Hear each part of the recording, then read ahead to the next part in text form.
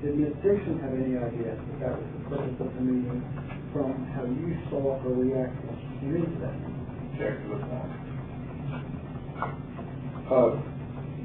Mr. Rush, I would have to say she must have, because she voluntarily came down, because we were sitting at the table down there, and she voluntarily came down and started to discussing what information I just gave you. She voluntarily gave me information, so I assume she had to. Well, did you also assume that maybe she was in a difficult place because of employers were calling her and asked her to come down? It was very relevant, but I didn't, at the time, I didn't feel that way. You didn't know those? No, sir. Okay. In fact, when did you first become aware that Willette Dixon was employed by Shannon Dorn and Mr. Cannon's mother? When did you first become aware that she was? Well, I was aware that afternoon that she was employed by, I saw her cleaning it, so I was aware of that particular day. But as far as Mr. Cannon's mother, I just found that out just now, just today. And did you ever become aware that Ms. Dixon had been discharged from her employment with those two individuals? Check to the point.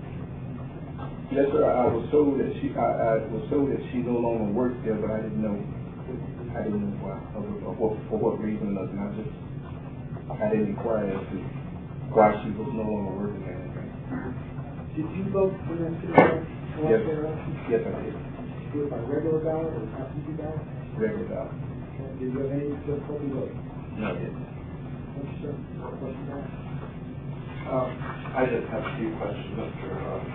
Washington. I believe you testified that Willette Dixon voluntarily came to the meeting that you described, so far as you knew. Yes, sir, because I looked upstairs and she was upstairs. She and her kids was upstairs. As a matter of fact, if I'm not mistaken, I think she had some stuff in the dryer, in the dryer. And after she finished taking out the stuff, she came downstairs and the kids was continuing working while she came down and she sat at the table and she talked. And when she talked, was she voluntarily, so far as you knew, expressing what happened? Yes, sir. Was anybody putting any pressure on her? Not to my knowledge, no. Well, you were sitting there. I was sitting there. And did you see anybody or hear anybody? Oh, no, I didn't see anybody. Because I'll be truthful with you. I probably would have gotten up and walked away because she's a church member of mine, and I surely wouldn't have tried to put her in an uncompromising position. And was it a friendly conversation? Was there any disharmony in the conversation? To me, it was friendly. Now, are you aware that there were some other people that were asked to come and to be interviewed that day? My understanding was there was going to be other people there when I was asked to come. My understanding was there was going to be other people there. Do you remember? Eileen McCoy? Yes, sir. Was she there when you were there? Yes, sir. And did you all interview her or hear what she had to say? Yes, sir. And do you know whether Mr. Braxton recorded that conversation? I believe so, yes.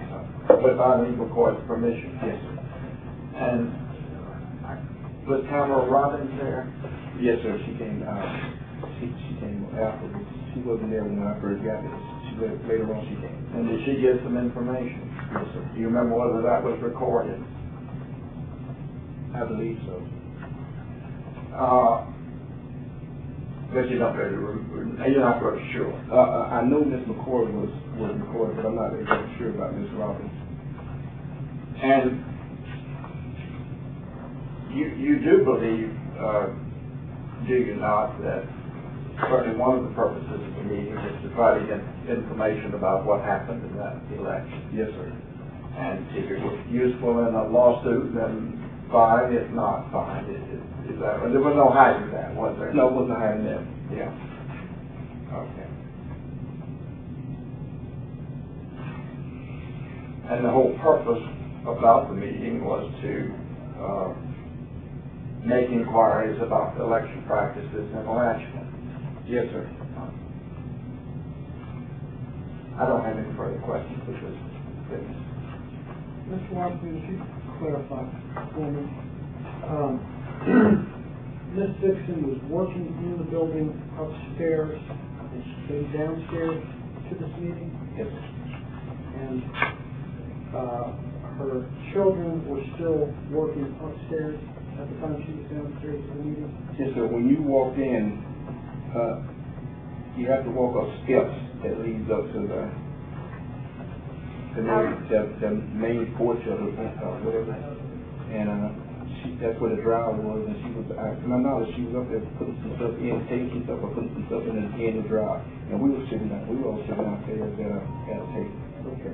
Now, so when you called her, you called her on her cell phone from the downstairs to the upstairs and say, hey, we're down waiting? Oh, no. She had never arrived, and that's the reason I called just to see if she was coming. Okay. She was in Gainesville, I think, when I talked to her. She said she was on her way, she was in Gainesville. Okay. Okay, so you call her. When she arrives, does she go upstairs and start doing some work? Yes, sir. She went upstairs and started. Actually, when I found out she was working at the place, I didn't know she was working. I thought we were just waiting on her to come. Okay. So she came to the building that day because she had a job to do, that being cleaning the building. Yes, sir. Okay. And during her job, she took a break and she came down and she met with all of you. Yes, sir. Okay. And it's all in the same building, upstairs, downstairs. It's all in the same, yes, in the same building. I got you. Now, you described this as I'm not sure you described it, but I heard the word said that this was a friendly conversation. Yes, sir. And it really was a little bit more than that, wasn't it? I mean, it was a formal conversation, as opposed to friends just sitting around shooting the breeze. Wasn't it?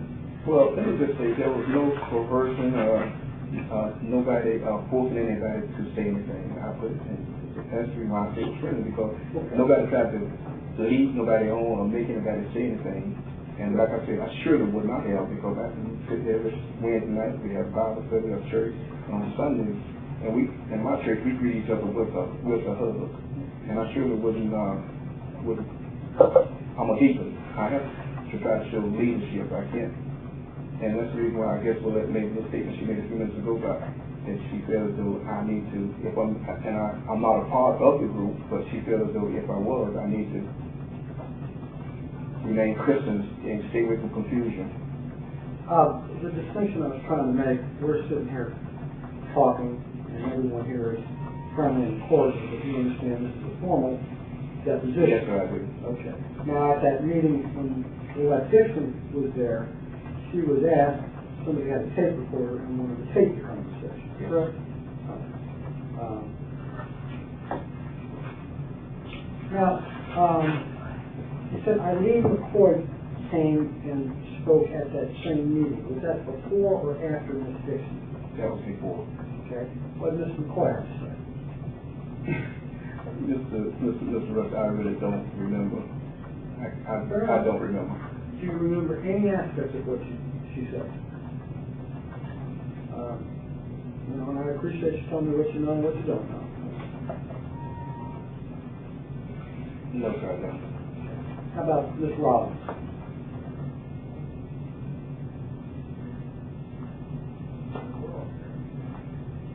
To my knowledge, I can't recall. I know we were talking about city packaging, about her being a former city commissioner, but as far as what was said, I can't recall. Approximately how long was the meeting with Eileen McCoy? I would say about 15, 20 minutes probably. How long was the meeting with Emily Robbins? Well, we all sitting around the table, so. Okay, so she was there for the whole time. Let me rephrase that. How long was the conversation where Ms. Robbins was being asked questions during the period of time that I think it may or may not have been recorded? I think you said you weren't sure if it was. 35, 40 minutes, I guess we just sit around the table. Okay. How long was the meeting with Elector? Approximately. It would be 10 to 15 minutes, I would probably say. But as you sit here today, you can't recall a single aspect of what Eileen McCoy said?